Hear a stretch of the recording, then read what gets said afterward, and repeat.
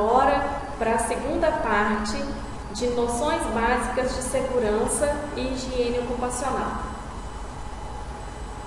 Anteriormente, nós falamos sobre os agentes físicos. Agora, nós começaremos com os agentes químicos. Os agentes químicos são os agentes ambientais causadores em potencial de doenças profissionais devido à sua ação química sobre o organismo dos trabalhadores. Podem ser encontrados tanto na forma sólida como líquida ou gasosa. A absorção e a eliminação desses agentes químicos ocorre por via respiratória, via cutânea e via digestiva. A via respiratória é a mais frequente. Isso se deve ao fato que a maior parte dos agentes químicos encontram-se suspensos ou dispersos na atmosfera em forma de poeiras, gases ou vapores. A via cutânea, a absorção ocorre através da penetração dos agentes químicos na pele intacta, produzindo intoxicação dos trabalhadores. Como exemplo, podemos utilizar a figura em que o trabalhador aplica um agente químico, mas com as devidas proteções individuais. Já na via digestiva, a penetração dos agentes químicos ocorre acidentalmente nos casos onde o trabalhador come, bebe ou até fuma num ambiente de trabalho contaminado, como o da figura, um depósito de lixo ou em um hospital.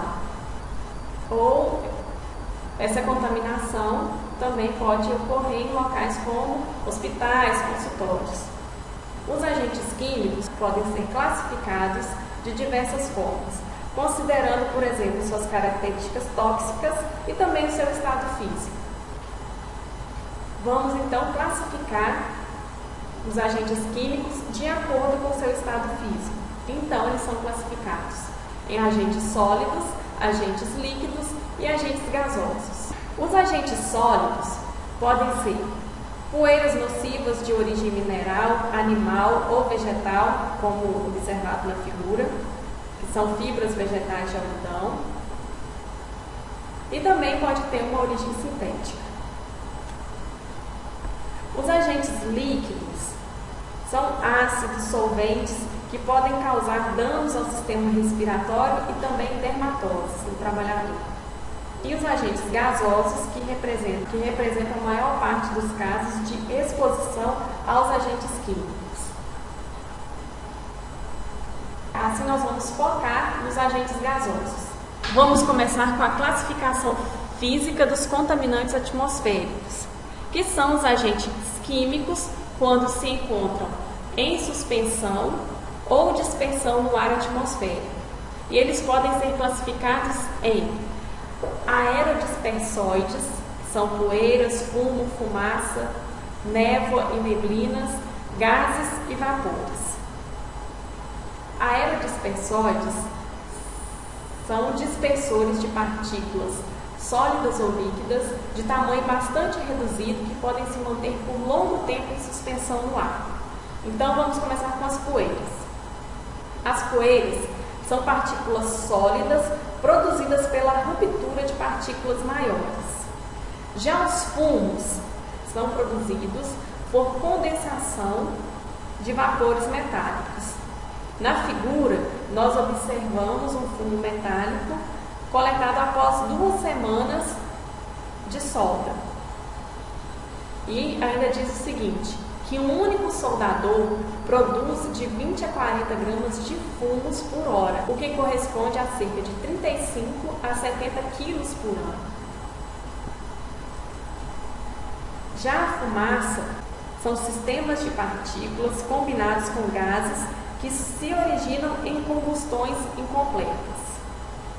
A névoa são partículas líquidas produzidas por um processo spray, como o spray de tinta, e a neblina são partículas líquidas produzidas por condensação de vapores. Então, esses são os tipos de aerodispersores. Só para relembrar, que são as poeiras, fumos, fumaça, névoa e neblina. O segundo tipo de classificação física dos contaminantes atmosféricos são os gases, que são dispersores de moléculas no ar, misturadas completamente com o ar. O próprio ar, o oxigênio, é uma mistura de gases. E os vapores, que é o terceiro tipo, que são também dispersores de moléculas no ar, que ao contrário dos gases, podem condensar-se para formar líquidos ou sólidos em condições normais de temperatura e pressão. Por exemplo, a gasolina e a água. Apenas alguns gases e vapores nocivos, dentre eles temos o amoníaco, benzeno, brometo de hidrogênio, o bromo, cloreto de hidrogênio, cloro, cloroformo, o diclorometano, o dióxido de enxofre, o dióxido de nitrogênio, o dióxido de enxofre e o dióxido de nitrogênio. Então, só para relembrar, a classificação física dos contaminantes atmosféricos é subdividida em aerodispersóides, que são poeiras, fumos, fumaça, névoa e neblina, gases e vapores. Outra forma de classificar os contaminantes atmosféricos é através da classificação fisiológica dos contaminantes atmosféricos. Como a maioria dos agentes químicos encontram-se em dispersão no ar, nós vamos abordar os efeitos fisiológicos resultantes da absorção através de via respiratória ou então através do contato com as mucosas. A contaminação com agente químico pode ser dividida fisiologicamente como um irritante. Isso ocorre devido a uma ação química ou corrosiva e tem a propriedade de produzir inflamação nos tecidos com os quais entra em contato. Ele pode ser subdividido em muito solúveis ou de solubilidade moderada. Os muito solúveis são absorvidos primeiramente pelos primeiros tecidos que encontram, como a pele e também as mucosas de nariz e garganta. Já os com solubilidade moderada atuam em todo o trato respiratório. Temos também os asfixiantes, que são subdivididos em simples e químico. Os simples não interferem nas funções do organismo, mas eles podem provocar asfixia por reduzir a concentração de oxigênio no ar. Como exemplo de um asfixiante simples, temos o CO2. Os químicos interferem no processo de absorção de oxigênio pelo sangue ou pelos tecidos. Como exemplo, temos o monóxido de carbono. Já os contaminantes narcóticos apresentam ação depressiva sobre o sistema nervoso central e produzem um efeito anestésico após a absorção pelo sangue. O éter etílico, acetona e o éter isopropílico, que são muito utilizados na indústria, são exemplos de narcóticos, de agentes químicos narcóticos. São exemplos de agentes químicos narcóticos. E temos também os intoxicantes sistêmicos, que são compostos que podem causar tanto intoxicações agudas como crônicas. Esses compostos podem causar lesões nos órgãos, compostos que causam lesões no sistema formador de sangue e também compostos que afetam o sistema nervoso. Agora vamos falar sobre os agentes biológicos. Os agentes biológicos são micro-organismos causadores de doenças com os quais o trabalhador pode entrar em contato no exercício de diversas atividades profissionais.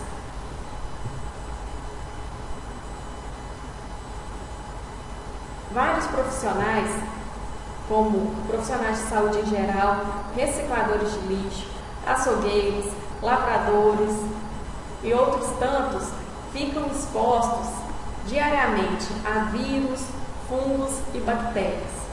Entre as inúmeras doenças profissionais causadas pelos agentes biológicos, inclui-se, por exemplo, a tuberculose, a brucelose, o tétano, a malária, a febre tifoide, febre amarela e algumas outras. Por esse motivo, todo cuidado deve ser tomado nas atividades em que os trabalhadores possam ficar expostos a agentes biológicos. Por esse motivo, todo cuidado deve ser tomado nas atividades em que os trabalhadores possam ficar expostos a agentes biológicos.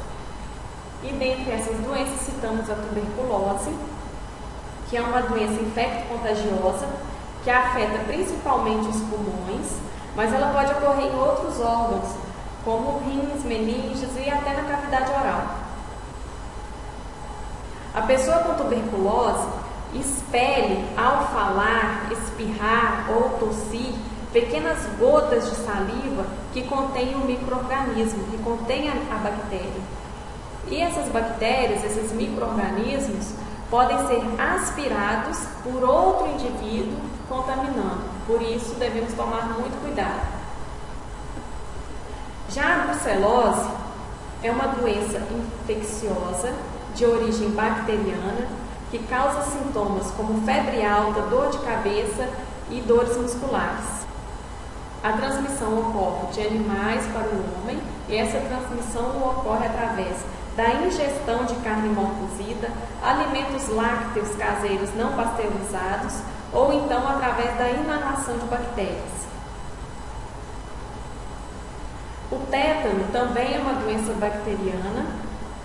A infecção pelo tétano ocorre quando a bactéria transmissora entra no corpo através de uma ferida já existente ou um ferimento ocorrido ali naquele momento. E essas bactérias se espalham pela corrente sanguínea e podem causar várias alterações, como espasmos musculares. Para o controle do pessoal exposto aos agentes biológicos, algumas medidas preventivas devem ser tomadas, como, por exemplo, vacinação, esterilização de todo o material utilizado, higiene e a utilização de proteção individual do trabalhador. Evidentemente, tais doenças só devem ser consideradas profissionais quando estiverem diretamente relacionadas com exposições ocupacionais aos micro-organismos patológicos. Isto é, quando causada diretamente pelas condições de trabalho. Para o controle do pessoal exposto aos agentes biológicos, as medidas preventivas mais usuais são vacinação, esterilização, rigorosa higiene pessoal das roupas e dos ambientes de trabalho, equipamentos de proteção individual, ventilação adequada e controle médico permanente. Agora vamos falar sobre os agentes ergonômicos. Ergonomia é a aplicação das ciências biológicas humanas em conjunto com os recursos e técnicas da engenharia para alcançar o ajustamento mútuo ideal entre o homem e o seu trabalho, e cujos resultados se medem em termos de eficiência humana e bem-estar no trabalho. Para que ocorra esse ajustamento mútuo do homem ao seu trabalho, medidas devem ser tomadas. E quais medidas? Podemos citar as seguintes: modernização e higienização dos ambientes de trabalho, modificação dos processos de produção, projeto de máquinas e ferramentas perfeitamente adequadas ao operário, adoção de ritmos e posições adequadas ao trabalho, e também assistência médica e psicológica ao trabalhador.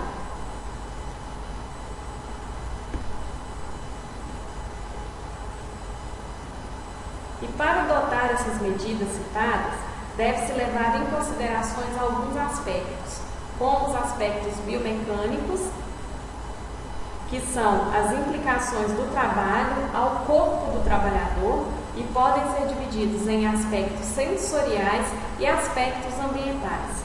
Os aspectos sensoriais avaliam a fadiga visual, auditiva, muscular, e os ambientais consideram a iluminação, a temperatura, umidade e contaminantes do ambiente.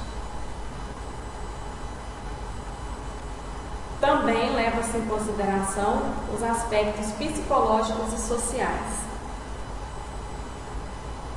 Esses fatores, os aspectos psicológicos e sociais também